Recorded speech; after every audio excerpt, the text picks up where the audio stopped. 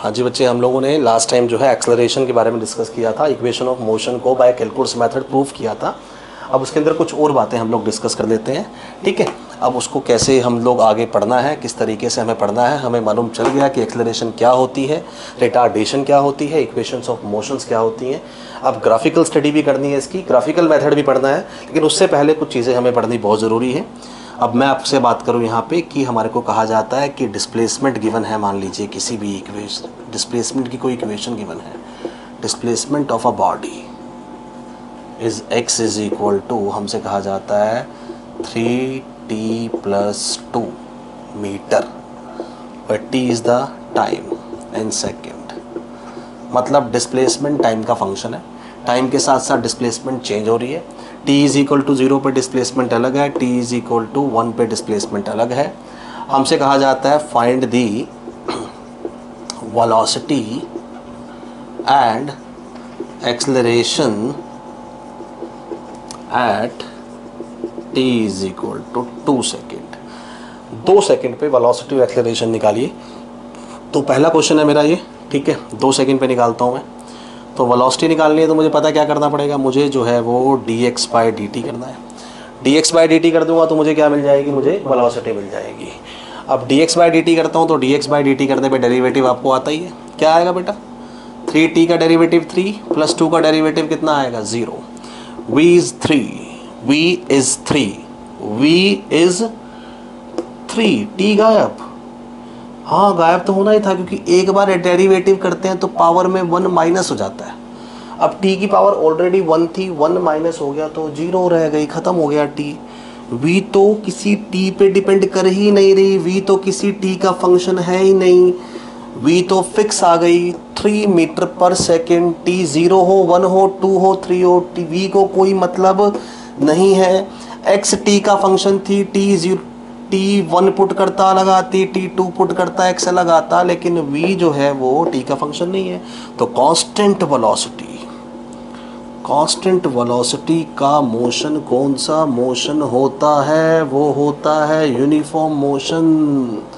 जब वेलोसिटी में चेंज ही नहीं आ रहा तो एक्सेलरेशन का है बात की, फिर भी निकाल लो। एक्सेलरेशन होता है क्या, dv/dt की जो v आया है उसको फिर से डिफरेंशिएट करो with respect to time. v तो 3 आया है, टाइम के रिस्पेक्ट में डेरिवेट कर दूंगा दोबारा तो कांस्टेंट का डेरिवेटिव 0, मतलब नो एक्सेलरेशन इज देयर। यहाँ से तो ऑरली समझ में आ गया था, वेलोसिटी कांस्टेंट है तो कोई एक्सेलरेशन होगी ही नहीं। तो एक्सेलरेशन कितनी है बच्चे, 0 है। वेलोसिटी कितनी है, 3 मीटर पर सेकंड है। तो इसके बाद हम जो है सेकंड एग्जाम्पल लेते हैं।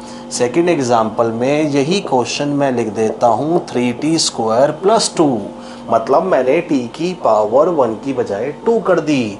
सेम क्वेश्चन में मैं वेलोसिटी निकालता हूँ dx/dt, मतलब 6 इंटू में t, एक बार पावर कम हो गई ना, एक बार डेरिवेट किया, 2 आगे आ गया, 2 में से 1 कम हो गया लेकिन 1 बचा, t की पावर 1 बची है, 6t + 2।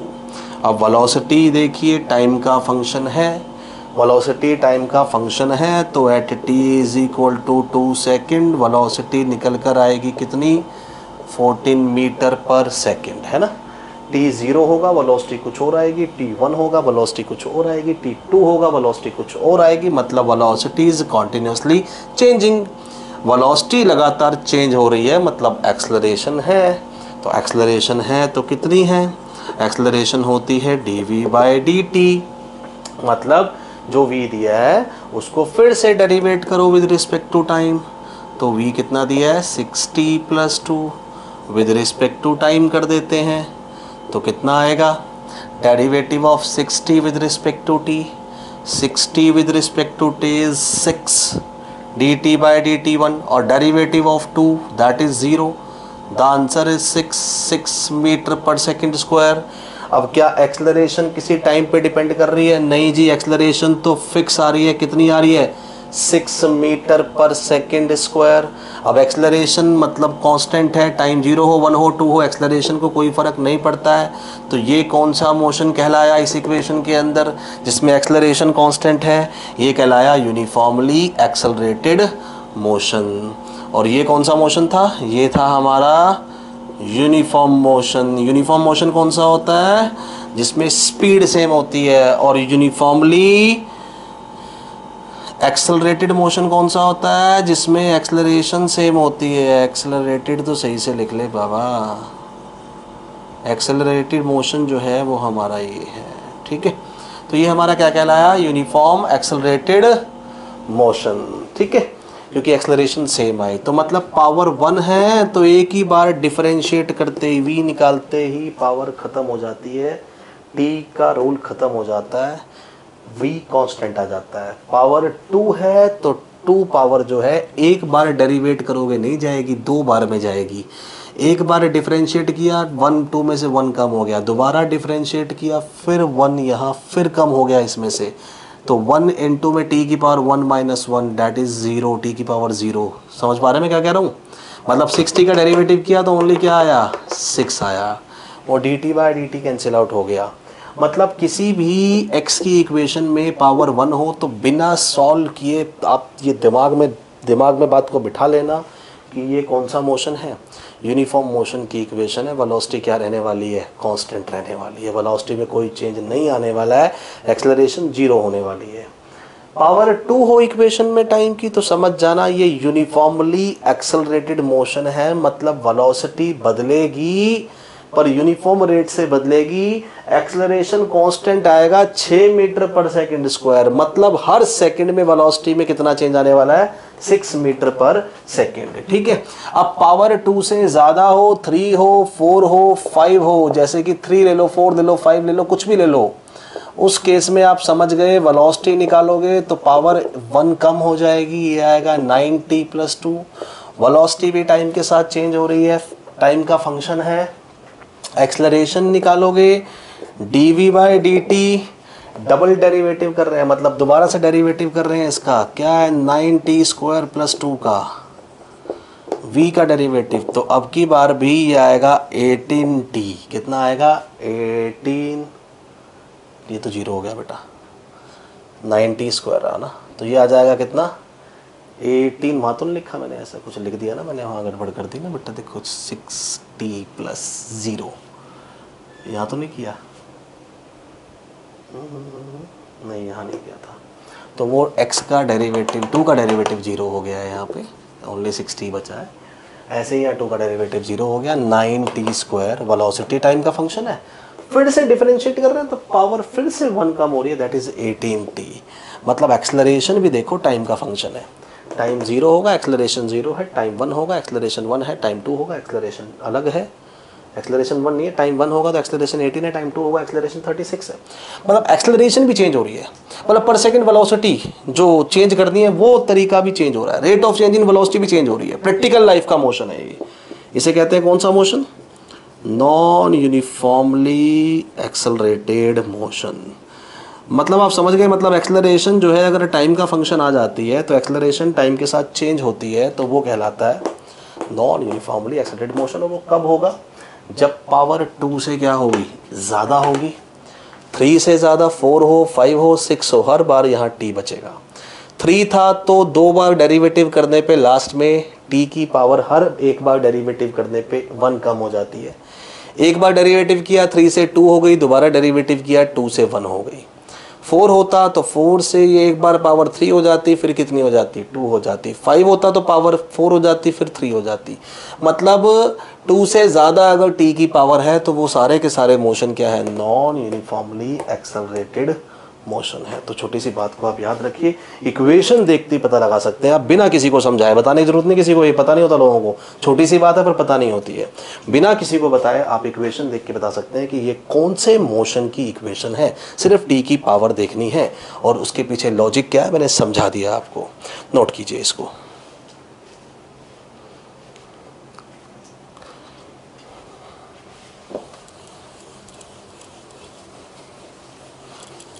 अब जो डिफरेंट बेसिक किताबें हैं हमारी, जो भी अच्छी किताबें भी हैं, उनमें एक क्वेश्चन दिया होता है, मैं आपको कराता हूँ, समझिए। वो क्वेश्चन जो है अलग अलग किताबों के अंदर अलग अलग तरह से अपग्रेड करके दिया होता है। कैसे दिया होता है? पहले मेरे को बताओ, अगर यूनिफॉर्म मोशन है, यूनिफॉर्म मोशन मतलब जहाँ पे स्पीड कांस्टेंट है, ठीक है, तो फॉर्मूला हमारा है S is equal to U T plus में हाफ, ए तो है ही नहीं, ए टी स्क्वायर, ए नहीं है तो ख़त्म बात। ओनली क्या बचा, distance is equal to speed into time. तो यूनिफॉर्म मोशन में एक ही फॉर्मूला होता है हमारा, distance is equal to speed into time.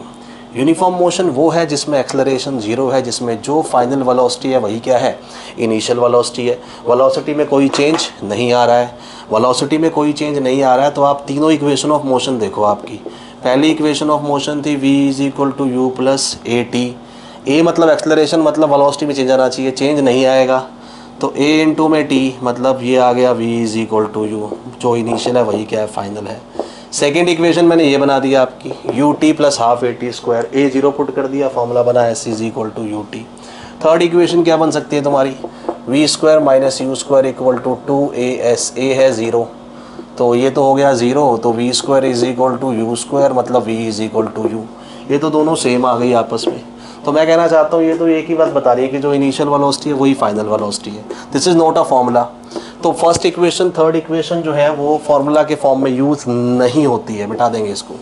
सिर्फ सेकंड इक्वेशन जो है हमारी वो फार्मूला के फॉर्म में यूज़ होती है, और फार्मूला सिर्फ क्या रह जाता है, distance is equal to speed into time. तो रिमेंबर दैट यूनिफॉर्म मोशन का एक ही फार्मूला, यूनिफॉर्म मोशन होगा तो ये फार्मूला है जी, ठीक है। अब हमारा मान लीजिए यूनिफॉर्मली एक्सेलरेटेड मोशन है, तो यूनिफॉर्मली एक्सेलरेटेड मोशन में तो आपको पता ही है तीन फार्मूले हैं हमारे, है ना। तीन फार्मूले हमारे कौन से हैं, v is equal to A T, S is equal to half A T square and V square equal to two A S. ये कब है, जब u यानी कि इनिशियल वेलोसिटी कितनी है, ज़ीरो है, बॉडी स्टार्ट फ्रॉम रेस्ट। अब ये दो फॉर्मूले, एक ये और एक ये वाले फॉर्मूले, इनको आपने यूज़ करना है। एक क्वेश्चन आता है, आप जो भी किताब उठाएंगे हर किताब में लिखा मिलेगा। क्वेश्चन क्या आता है कि एक व्यक्ति जो था वो ट्रेन के प्लेटफॉर्म पे जा रहा था और सामने जो है वो एक ट्रेन खड़ी थी, सामने जो थी वो एक क्या थी, ट्रेन थी, ठीक है। अब ये व्यक्ति जो है अभी रेस्ट पे है, अभी ये किस पे है, रेस्ट पे है। अब ये रेस्ट पे हो भी सकता है और नहीं भी हो सकता, दोनों बातें हैं। रेस्ट पे होगा तो ये इक्वेशन, अगर नहीं होगा तो आपको पता ही है, अगर u जीरो नहीं है तो ये इक्वेशन है ना, ये आपको पता है, अच्छी बात है, फिर भी लिख देता हूँ मैं। ट्रेन भी अभी रेस्ट पे थी, ट्रेन भी हो सकती है, बस भी हो सकती है, और अगर बॉयज़ देख रहे हैं तो ये गर्ल्स कॉलेज की बस भी हो सकती है। और मैंने पहले भी समझाया था कुछ बच्चों को, और कई बार हमारी जो हमारी मूवीज़ में बोला जाता है, तीन चीज़ों के पीछे कभी नहीं भागना चाहिए, उन तीनों में से एक है, ध्यान रखना। लेकिन फिर भी इसको भगाया जाता है किताबों में थोड़ा सा इंटरेस्ट बनाने के लिए। तो यहाँ पे बात करें, तीन चीज़ें समझ गए आप मेरी बात, तो ये बस भी हो सकती है, ट्रेन भी हो सकती है, ठीक है, और हो सकता है कि जो है वो गर्ल्स कॉलेज की बस भी हो सकती है। चलिए देखिए मेरी बात, यहाँ मजाक कर रहा हूँ। ये गैप है अभी इसके और ट्रेन के बीच में, गैप बिटवीन बस कह लो, ट्रेन कह लो, ट्रेन एंड दिस पर्सन, ठीक है, ये गैप है जी। अब मैं अगर बात करूं, ये गैप जो है वो अगर इसको ट्रेन पकड़नी है तो पहले ये गैप ट्रैवल करना पड़ेगा। मान लीजिए ये कहता है कि ट्रेन जस्ट स्टार्ट हुई, ये भी स्टार्ट हुआ जी, जैसी ट्रेन चलने लगी इसने देखा ट्रेन चल रही है तो ये भागेगा। अब ये भागेगा किस लिए, इसको ट्रेन पकड़नी है। जैसी ट्रेन चली यहाँ से, इसने ट्रेन पकड़नी है, अब ये ट्रेन की तरफ क्या है, भागेगा। ट्रेन जा रही है इस डायरेक्शन में, तो अपोजिट नहीं लेके आनी, ठीक है, वरना उल्टा भाग जाएगा ये। तो बात यहाँ पे क्या है कि अब ये क्वेश्चन जो है कई किताबों में देखने को मिलता है, अ मैन इज स्टैंडिंग, ठीक है, एट दैट सम डिस्टेंस, ये डिस्टेंस गिवन होता है गैप बिटवीन द ट्रेन्स, या ये निकालना होता है। बताता हूँ अभी क्या करना होता है, पहले क्वेश्चन को समझो। ये ट्रेन शुरू हुई रेस से, ये भी शुरू हुआ रेस से। इसने देखा है बंदा खड़ा होकर किसी से बात कर रहा था, इसने देखा सामने ट्रेन खड़ी थी, ट्रेन एकदम चल पड़ी, ये ट्रेन के पीछे भागा। अब जब ट्रेन के पीछे भागा है तो to catch the train, to catch the train, ये बंदा कितना डिस्टेंस जो है वो ट्रेवल करेगा। एक तो इसको ये गैप ट्रेवल करना पड़ेगा। अब जब ये गैप ये ट्रेवल करेगा तब तक ध्यान दो, उस दौरान ट्रेन कुछ आगे चली जाएगी। अब इसको वो डिस्टेंस भी ट्रेवल करना पड़ेगा ट्रेन को पकड़ने के लिए जितना ट्रेन आगे जा चुकी है। इसको ये वाला गैप तो कवर करना ही करना है, पर दोनों इकट्ठे चले हैं, ये ट्रेन को देख के ही भागा है। अब जब ये भागा है, ट्रेन भी आगे जा रही है, आगे जा रही है, तो ट्रेन भी कुछ ना कुछ डिस्टेंस ट्रेवल कर लेगी। अब इस व्यक्ति ने ट्रेन को पकड़ना है, तो इस व्यक्ति को कितना डिस्टेंस ट्रेवल करना पड़ेगा? एक तो ये गैप प्लस वो डिस्टेंस जो ट्रेन ट्रेवल कर चुकी है, कितने टाइम में? जितने टाइम में ये ट्रेन को पकड़ता है उतने टाइम में। ये भागा, इसने ट्रेन को पकड़ा 50 सेकंड बाद, तो ये भाग रहा है 50 सेकंड तक। 50 सेकंड में ट्रेन कहीं आगे जा चुकी है, तो उस 50 सेकंड में टी टाइम में ये जो डिस्टेंस ट्रेवल करेगा वो ये वाला डिस्टेंस ट्रेवल करेगा, gap between the train and person, plus उन 50 सेकंड में, उन्हीं 50 सेकंड में ट्रेन कितना आगे जा चुकी है वो ट्रेवल करेगा। तो distance travelled by man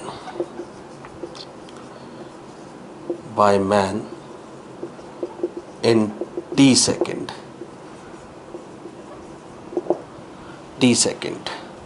is what? अब is equal to gap between train and man plus उसी दौरान ट्रेवल किया गया distance travelled by train in t second. उन्हीं टी सेकंड में ट्रेन ने कितना डिस्टेंस ट्रेवल कर लिया है। ठीक है, मान लो यहाँ पहुँच गई है टी टाइम में ट्रेन, तो ये डिस्टेंस जो ट्रेन ट्रेवल करेगी वो। अब आप समझिए बात को, ट्रेन का मान लो यहाँ पे गेट है, इस गेट की बात कर रहा हूँ, ये गेट कितना आगे पहुँच गया, क्योंकि इसी गेट से भागेगा। बड़ी ट्रेन मत दिखाओ, छोटा पॉइंट मास दिखा लो आप। Let's say this is the train, ये ट्रेन कितना आगे चली जाएगी। अब तुम कहोगे तो इंजन है, बेटा डिपेंड ऑन द ऑब्जर्वर, बहुत दूर से देख रहे हो तुम। ठीक है, ये डिस्टेंस ट्रेवल बाय ट्रेन लिख दो क्या? Distance travelled by train. अबे कुछ नहीं है, आसान सी बात है, आप समझो। मिटा दो ये। अब यहाँ ना हमारे 2-3 केस बन सकते हैं।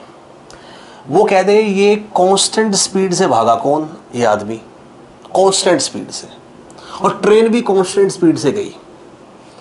तो भाई कांस्टेंट स्पीड से जाएगा ये व्यक्ति, तो इसके द्वारा ट्रेवल किया गया डिस्टेंस होगा इसकी स्पीड इनटू में टाइम। ट्रेन भी कांस्टेंट स्पीड से जाएगी, तो ट्रेन के द्वारा ट्रेवल किया गया डिस्टेंस भी होगा ट्रेन की स्पीड इनटू में टाइम। पहला केस तो ये है जी, कांस्टेंट स्पीड से जा रहे हैं दोनों, तो समझो। फर्स्ट केस इफ बोथ, ये डिपेंड करेगा बुक के ऊपर, क्वेश्चन के ऊपर। ठीक है, हर किताब में अलग अलग तरीके से इसी क्वेश्चन को पूछा गया है। मैं एक ही फॉर्मेट करा रहा हूँ, जाके कोई मर्जी किताब हो, कोई फर्क नहीं पड़ता अपने को। ठीक है, हमें कॉन्सेप्ट क्लियर है, फॉर्मेट पता है, हम क्वेश्चन कर सकते हैं। If both man and train travels with constant speed,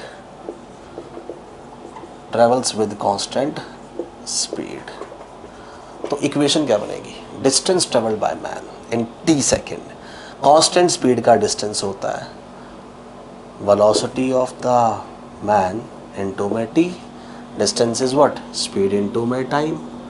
person की स्पीड है वी एम, टी टाइम में कितना डिस्टेंस ट्रेवल करेगा? स्पीड इनटू में time is equal to gap, ये गैप तो ट्रेवल करना ही पड़ेगा हमारे को, कितना है? Plus distance travel by train. अब जो ट्रेन जा रही है, ट्रेन की स्पीड है अपनी वी टी, अब ट्रेन भी कांस्टेंट स्पीड से जा रही है, तो उसका भी डिस्टेंस होगा we T, speed of the train multiply by time. जितने टाइम में ट्रेन को कैच करता है उतने टाइम में ट्रेन कितना आगे जा चुकी होती है, उसका डिस्टेंस है ट्रेन की स्पीड इनटू में क्या? टाइम। तो that is the equation.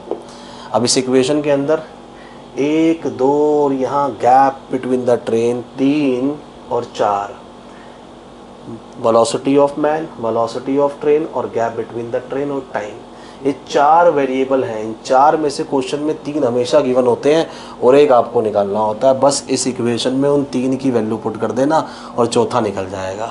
Maximum cases में टाइम पूछा होता है, कितने टाइम में ट्रेन को कैच कर देगा, तो वो टी निकालना होता है। मैन की वेलोसिटी दी होती है, gap between train and man दिया होता है, ट्रेन कितनी स्पीड जा रही है वो भी गिवन होता है, टी निकल जाता है। या ये कहा जाता है कि आदमी कितनी स्पीड से भागे कि 50 सेकंड में ट्रेन को पकड़ ले, मतलब टाइम गिवन होता है, ट्रेन की स्पीड गिवन होती है, गैप गिवन होता है, आदमी की स्पीड पूछी जाती है कितनी तेज भागेगा कि ट्रेन को पकड़ लेगा। ठीक है, तो आप मतलब यहाँ 4 वेरिएबल है, 4 में से 3 गिवन होते हैं, डायरेक्टली इक्वेशन में लिखो, सिंगल लाइन में आपका आंसर आ जाएगा। सेकेंड केस समझो, सेकेंड केस में ये हो सकता है कि आदमी कांस्टेंट स्पीड से भागे और ट्रेन एक्सेलरेट हो और रेस्ट से शुरू हुई है। थर्ड केस इसका उल्टा हो सकता है कि ट्रेन कांस्टेंट स्पीड से जाए पर आदमी अपने आप को एक्सेलरेट करे, वेलोसिटी को बढ़ाए। चौथा केस ये हो सकता है कि दोनों एक्सेलरेट हो। तो चारों केस बनाते हैं सर। एक्सेलरेशन के केस में फॉर्मूला रहेगा half A T square, you zero है दोनों का। तो यहाँ डिस्टेंस ही पुट करना होता है ना, डिस्टेंस ट्रेवल्ड बाय मैन। अगर कांस्टेंट स्पीड से डिस्टेंस निकालना था तो वेलोसिटी ऑफ मैन इनटू में टाइम। एक्सेलरेट हो रहा है तो यही formula distance travel by man का फॉर्मूला हाफ इनटू में उसकी एक्सेलरेशन इनटू में टी का स्क्वायर, है ना। अगर ट्रेन भी एक्सेलरेट हो रही है तो डिस्टेंस ट्रेवल्ड बाय ट्रेन का formula we T into T नहीं होगा, डिस्टेंस ट्रेवल बाय ट्रेन का फॉर्मूला भी क्या होगा, half acceleration of train into में टी स्क्वायर। मतलब ये बदलेंगे, ये और ये बदलेंगे, गैप वही रहेगा। मैन एक्सेलरेट हो रहा है, मेरी बात समझ गए ना, बहुत आसान है। मैन अगर एक्सेलरेट कर रहा है तो यहाँ हाफ ए टी स्क्वायर आ गया, ट्रेन एक्सेलरेट कर रही है तो यहाँ ट्रेन का हाफ ए टी स्क्वायर आ गया, है ना। तो अब 1 बाय 1 4 केस समझिए,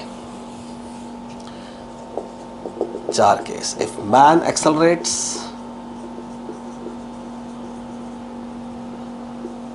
bye A M but train travels with constant speed,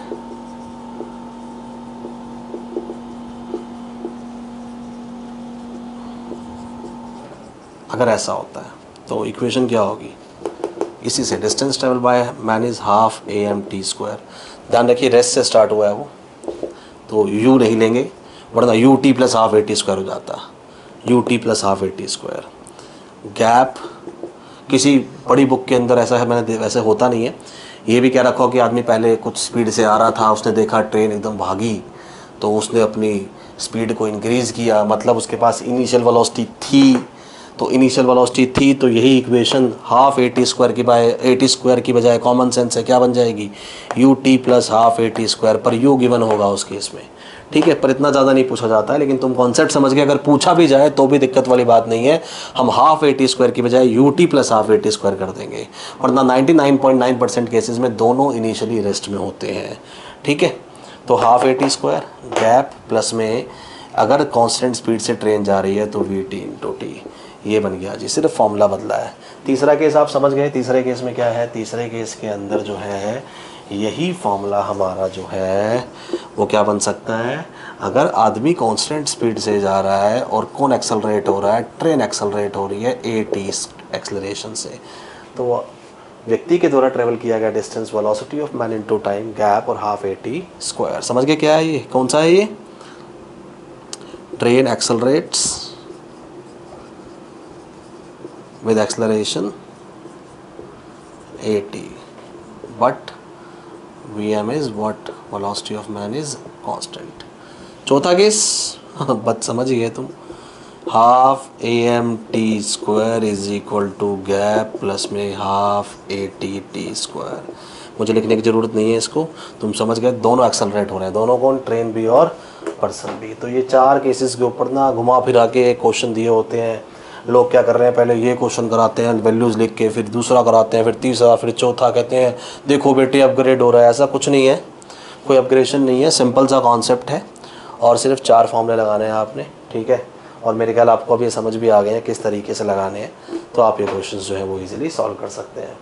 अब इसमें और भी क्वेश्चंस होते हैं बहुत सारे हमारे, पर वो हम नेक्स्ट क्लास में करेंगे। ये टॉपिक यहाँ थोड़ा सा मैंने आपको पढ़ाया, नेक्स्ट क्लास में ग्राफिकल स्टडी करेंगे और कुछ क्वेश्चंस करेंगे हम लोग इसके अंदर। Thank you so much.